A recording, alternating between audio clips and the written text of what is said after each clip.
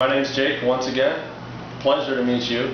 I'm new at this once again, so just bear with me. Well, you're doing great so far. I'm doing good, I know, I feel like I'm doing good. A little nervous, this is all new to me. But one question I have for you, obviously growing up, music and maybe even being a rock star was a goal of yours, I'm sure. I'm sure it's everyone's goal. Your perspective when you were younger and now that you're basically living it, was it the same thing? Was it what you expected? Well, I got a Kiss record when I was really young, and I remember staring at the album covers and I was thinking, man, that looks really exciting, you know? Absolutely. And when my grandma bought me a little Sears drum kit, then I was in Kiss as far as I was concerned, you know? Yeah. So I always thought, man, I want to do that. I remember talking to my mom, and I was really freaked out about it. I was like, Mom, I don't know whether to be a pro football player or a rock star, and she was all laughing because I was like tearing up about it. I was really concerned. Yeah, absolutely. So you have time to figure it out, and obviously, you know, Death Punch has become huge, kind of successful. Yeah, anyway, so successful. I am getting to live that, and you know, it's everything I thought it would be and nothing like I thought it would be. It's kind of just everything. Yeah. I mean, you always kind of want the fantasy, but you don't know what it entails, and you think it's going to be one way, and there's some of the cliches that are similar. Yeah, absolutely. And then there's other things to it that I never thought possible, but it's awesome, and I wouldn't change any of it. That's awesome. Have you met any of your idols by any chance? Well, yeah, I mean, there are a lot of, we've been on tour with lots of bands that I've been fans of. My idols are like David Bowie, so I haven't met him. Still cool. Yeah. You know what I mean? I liked, you know, well, I did get to meet Dimebag, actually. That's cool. That's cool. That's a privilege in itself nowadays, for sure. I was in a band that got to open for Pantera years ago, just when I was really young, when Pantera first came out with Cowboys, so that was really cool. Very, very cool. So are you close with your family? Do they highly support what you do? And yeah, you know, they let me practice in the house and in the basement, nice. and with horrible bands, and like my whole life I would be down there wailing, and it got to the point to where my dad would be like, oh, you're going to practice? Well, I'm going to take a nap, and he would just go upstairs and sleep. Yeah. Try to sleep anyway. Yeah. So yeah, I pretty much destroyed the whole neighborhood with bands and my drums, you know, my whole life. Well, it's clearly paying off now. Yeah, definitely. I mean, I'm glad that they've been supportive, but you know, they're kind of a musical family anyway, and theater and stuff, so I was kind of always around it, so they were always encouraging me to do that. My mom was a drummer in college. She wasn't very good, but well, it paid off either way, absolutely. So you know, you guys been going for years. You took a little bit of a break, I believe, earlier last year, was it? Possibly? Maybe later in the year before? Last year our break was us making the record, so it's really not a break, and that's how it's going to be when we go home after this tour. We're going to start making the next record. That's awesome. That's awesome. Now, your last break, I guess you could say, did you spoil yourself to anything? I mean, all your hard work, it's got to pay off one way. Yeah, I mean, I just kind of lounged around, and I did a lot of partying and stuff that wasn't very productive, but then I decided I'd had enough of that and got my act together, and we made a record, and you know, back out on tour. So that's amazing. That's amazing.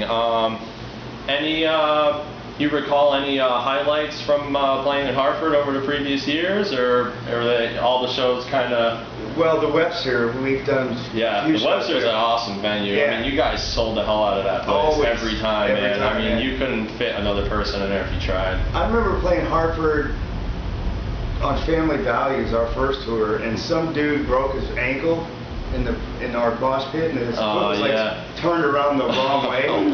And I remember Zoltan ran up with the video camera. I was like, hey man, it's like we did a 5-finger death punch, and the dude's all in shock. I was like, dude, cut that, it's broke. I didn't even look at it. That's still cool. Hey man, you know, at least you got some kind of highlights. And so do you notice a difference between shows on the East Coast as opposed to the West Coast? I mean, you're from the West Coast, so you get a very good idea of it. I'm sure you grew up going to many shows. I know I have.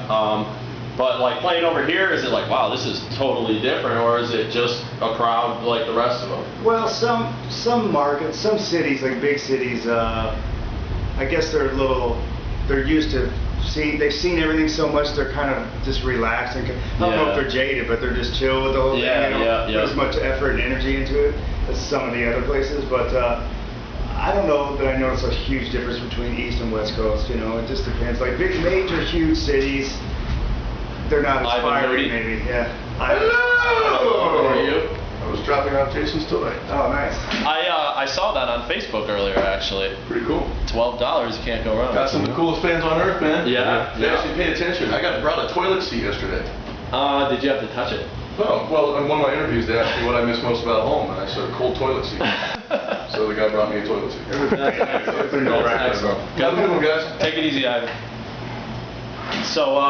So for the show tonight, I heard you got a little something up your sleeve as far as a solo. Is that correct? Yeah, it's my couple minutes to shine and have my little ego moment, I guess, if you will. Oh, you're good at it. It's not so much an ego. It's just another day in the office for you, I'm sure.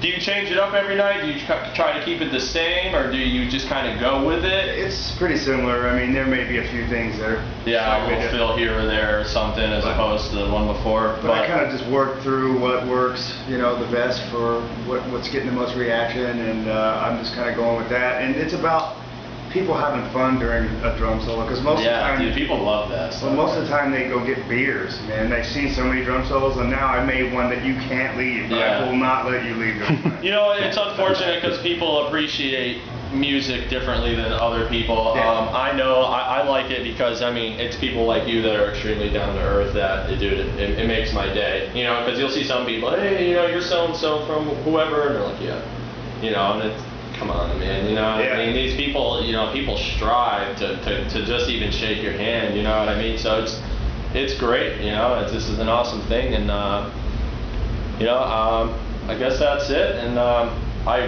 highly appreciate your time once again. Of course, man, thank you. Really appreciate Congrats on your first interview. I'm sorry it was with the drummer from Denver. No, I mean, that's on top, that ain't down low, believe me. So, thanks again, and, hopefully, if I get something musically in my life as far as performing, I'd hope to share a stage with you one day. That'd be great. Cool, man. Right on. Excellent. Thanks again. Take it easy. Thanks.